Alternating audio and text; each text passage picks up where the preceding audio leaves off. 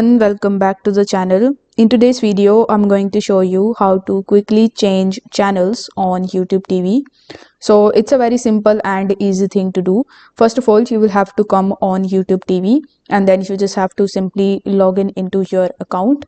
Afterwards, you will have to follow this step. Like if you press the downside of the navigation ring, you can quickly switch to the last 4 channels that you were watching, or you can even follow this step in which if you are already watching something, you need to click down twice to where you get to networks. This will provide a horizontal grid that you can scroll through.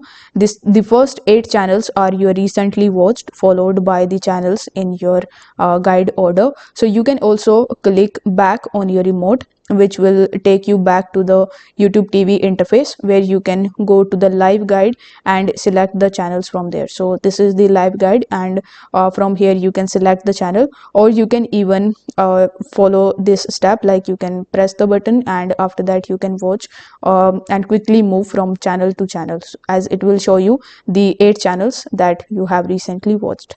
If this video helped you out, don't forget to like the video and subscribe to the channel. Thank you so much for watching.